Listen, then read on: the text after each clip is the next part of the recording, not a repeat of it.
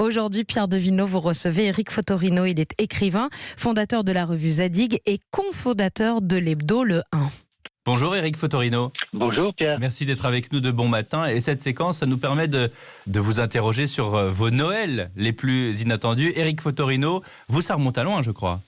Oui, c'est un Noël ancien puisque c'est le Noël de l'année 1970. Donc vous voyez, ça fait un demi-siècle.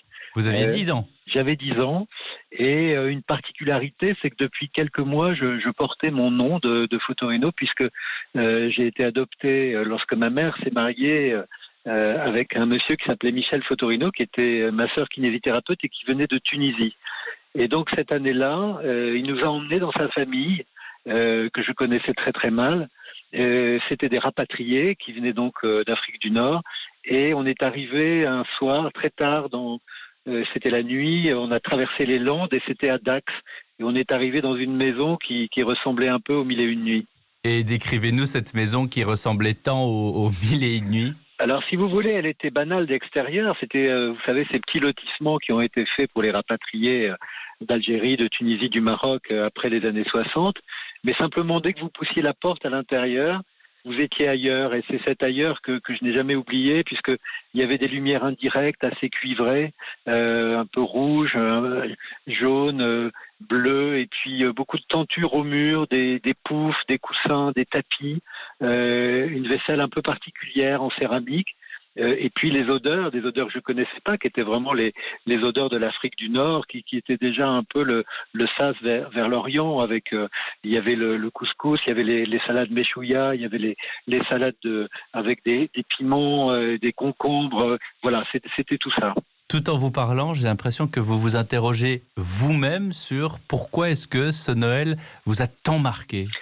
Je pense qu'il m'a tant marqué pour une raison simple. Vous savez, il y a Hector Malot autrefois a écrit « En famille, sans famille et en famille ». Et la famille que j'avais jusque-là était une petite famille. On était juste ma mère, ma grand-mère, mon oncle, et c'était tout à Noël. Et là, tout d'un coup, il y a eu un mot nouveau qui est rentré dans ma vie qui s'appelle la smala. Et la smala, c'était non seulement mon père, mais c'était ses parents, c'était ses frères, c'était ses sœurs, ils étaient 6. Et puis tous les cousins éloignés, les gens qui venaient de loin. Et donc on était tout de suite 20, 25 dans cette maison et tout le monde se parlait, tout le monde avait des histoires à raconter, une sorte de sac à blabla à vider avant la nuit, avant minuit. Et donc voilà, ce qui m'a marqué, c'était ce côté en famille, autour de grands plats qui n'étaient pas pour moi des plats français, des plats traditionnels de la France. Et tout était dans la démesure, des conversations, et c'était un choc culturel aussi. Vous avez raison, c'est quelque chose qui m'a frappé aussi, c'est que je me souviens de mes oncles et de mes tantes qui étaient toutes plus belles les unes que les autres, qui étaient très bronzées, très basanées. Mon père aussi était un homme, on le prenait pour un arabe, parce qu'il l'a pas toujours arrangé dans sa vie. Eh bien, ils parlaient avec leurs mains.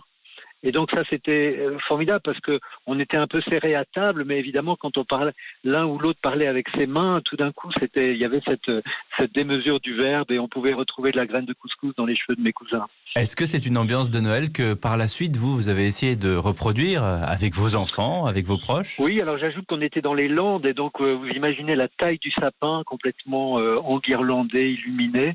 Et donc c'est vrai que j'ai toujours trouvé triste les Noëls où on n'est pas beaucoup. Donc j'aime bien qu'on soit nombreux, que ce soit la famille, des amis, ceux qui sont là. Et je pense que comme Noël, c'est la fête d'une naissance. Vous voyez, cette année, une de mes filles va avoir un bébé. Je me dis, voilà, c'est très bien, c'est Noël. Ça, on peut faire des enfants à tout moment et les faire naître à tout moment. Mais les faire naître vers Noël, ça ajoute une spiritualité, même si c'est pas la religion, mais une spiritualité, je trouve, très, très précieuse.